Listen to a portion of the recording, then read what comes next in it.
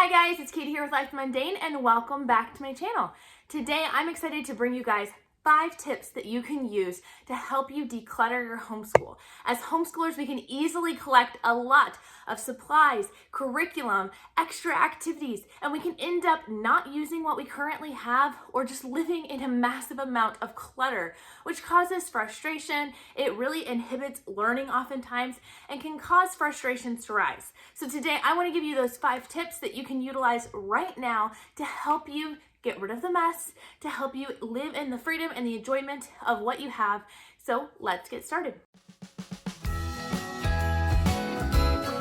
Hi, my name is Katie and welcome to Life in the Mundane. I am second generation homeschool mom of 6 beautiful kiddos, and on this channel we talk all things resources. I love to share with you resources that are going to help you in your homeschooling and help encourage you in your biblical parenting and how you can utilize those to their fullest potential so that you can make the most of the little moments. This video is done in collaboration with 3 of my good friends here on YouTube and in real life.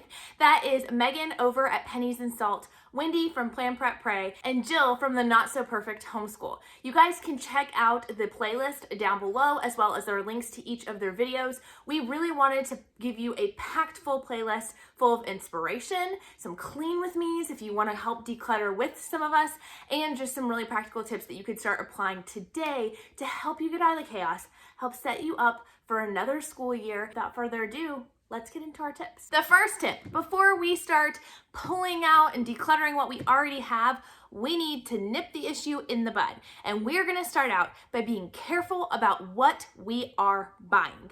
This is a really important tip, especially around this time of year, because we are starting to get curriculum for next year. We have really grand ideas of what we can actually accomplish. And oftentimes they're a little bit bigger than what is actually practical. So we can tend to overbuy on curriculum options or extracurriculars or fun, extra manipulatives, things like that. But we also can tend to go into the back to school shopping season grabbing way more supplies than what we actually need. So the first thing we're going to do is we're going to step back and we're going to ask ourselves, what do we actually need? We're going to take a real good look at this past year and we're going to see how much did we actually accomplish, what were we able to go through, how many boxes of crayons do we still have left? How many notebooks or pencils or things like that? Some years I have had massive stacks of things still left because I way overbought the year before. Other years I am barely getting by and I've had to buy supplies all throughout the year and I didn't quite buy enough.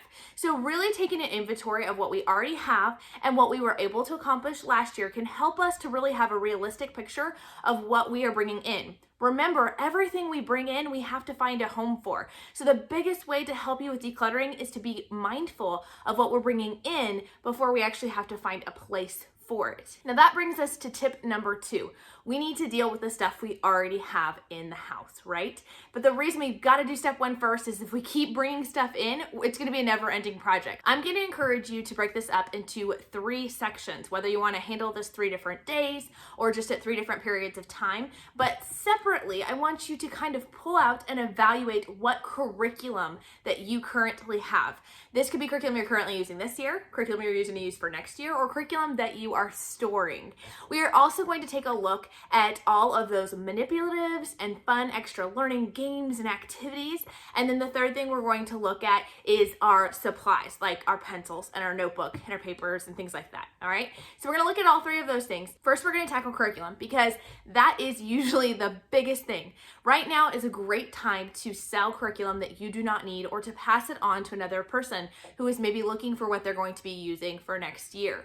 Take a really good, honest look at the curriculum that you have and determine whether or not you're truly going to use this. I know it can be tempting, especially in large families, to hold on to curriculum in hopes that you may end up using it for a younger child, and that might be the case. There are certain curriculums that I do keep. I keep All About Reading regardless, okay? But if you have curriculums that it's going to be at least 5 years before your child will need it, I would encourage you to bless it, pass it on to someone else to be a blessing. Because the truth is that right now, when it's being stored in your closet or in your attic, it has the potential to get damaged. It also is not serving anybody right now. It also is something where it may be a newer version is available, or if you have workbooks or consumables that go with that curriculum, that they may no longer be available by the time you need to use them. So if it's not going to be used in 5 years, then I would consider passing it on now. Even if it is a curriculum that won't be used in the next 5 years, but will not be used next year, you can also consider, do I really need this? Is this worth storing? God did provide this for you once before, and he can provide it for you again. I know I am a big deal seeker. I love to get good deals. I do buy new curriculum, but I also try to get used when I can. And so sometimes I can be like, but I got this book for only $2. How can I give it up and need to buy it again for more? But the truth is, God provided it when you needed it. He can provide it again. So bless and release, you can be able to be a blessing to someone else. Now, when it comes to looking at our extracurriculars, when it comes to looking at those manipulatives, those hands-on items, I really encourage you to look at those with a critical eye as well. When I did this and I started going through my homeschool closet, I had certain manipulatives and just different learning tools, activities, games that honestly I've had for years and never used. It wasn't because they were not the right age range or anything like that. I just never got around to it. So take the opportunity to thin out your collection there and get rid of a few things. Again, bless someone else with those things, or maybe sell it to help you with curriculum for next year. But do that for a couple of reasons. One, we don't need to be carrying around extra junk, right? Our stuff controls us. It controls our time. It controls our energy and our effort. It's more stuff we have to pick up and keep together. It can get damaged or destroyed. And then also it can prevent us from being able to actually access the things that we would normally utilize. So for instance, I had a whole pile of different fun manipulatives and different toys and activities. And then when I finally decluttered and thinned those out to just the bare necessities and the essentials, I actually realized there were several things that I had had for years that I had forgotten about. And we were able to utilize them more this year, and we will for the years beyond. The final thing when it comes to looking at what we already have and decluttering is those school supplies. Again, I encourage you to have a home for your school supplies, because I think what happens to many of us is that we buy a package of pencils here, or a thing of crayons there, or scissors, or whatever, and we store them in different places in our house, or they just kind of get set different places. I would encourage you to put your inventory of the things you're not using but you have in stock in one central location. I have a box for this in my homeschool closet that has been very helpful, so that when we are running out of supplies, I can simply pull that out. I can see exactly what we have and see if I need to purchase a new one, because sometimes we end up purchasing duplicates because we can't find what we already purchased, which obviously creates more clutter.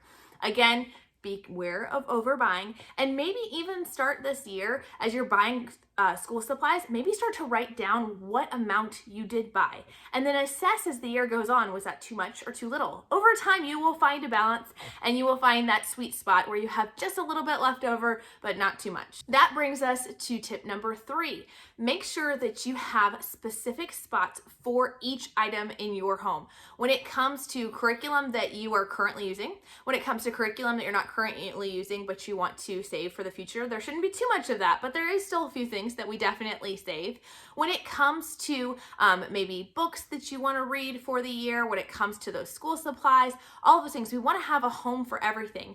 And I recently read Declutter Like a Mother, and one of the things she talked about was really using the container concept. Figuring out what your container is, what your space is, and only keeping what fits in that space. So for me, when it comes to curriculum that I'm going to save for future years, my space is actually my couch. I have these really awesome couch cushions that lift up and have storage underneath them. And so I have a sectional here behind me that actually is storing homeschool curriculum. Now, when those cushions start to get too high and I can't push the seat down anymore, I know that I'm out of space. I need to declutter something before I can put something else in. So just kind of using that container concept to help us give us a visual of how many we can keep can really, really be helpful. The 4th tip is to consider digital copies of curriculum that can be used that way. My husband gifted me an iPad for my birthday, which was a huge blessing, and I've really found it to be helpful when it comes to teacher's guides. So even though sometimes I will get the physical copy of a student book, I will a lot of times get the teacher's guide in a digital form, and I even have the ability to download it into a program that gives me the ability ability to like write notes on it and do things like that. But this just allows less clutter. It's easier for me to handle, and I have many of my teacher's guides there inside my tablet.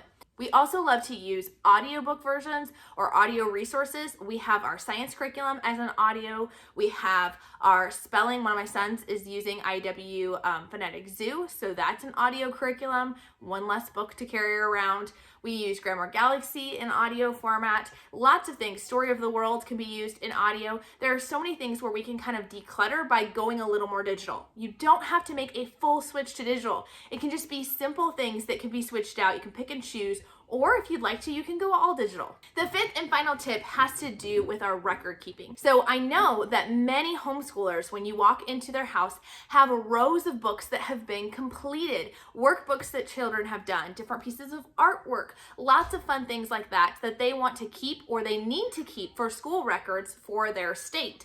Because of this can add a massive amount of clutter. 6 kids times 6 years, we're talking about a lot of books on those shelves. And so because of that, I highly recommend that you make a homeschool portfolio. I actually have done a video that I'm going to link here for you guys that you can check out that goes through a very detailed explanation of how you can make one homeschool portfolio for all of your kids for each year. So now instead, I just have a row of binders that have each of my year's records, and I can take out the samples and pitch the rest of the consumable workbooks, and that creates a whole lot less clutter. I hope these tips have been helpful. Let me know down in the description, what do you do for decluttering? How do you keep your homeschool clutter-free and streamlined and be able to enjoy your school day instead of stressing about the mess? Be sure to check out the playlist down below to see all the other great ideas by my friends, and we'll talk to you soon. Bye!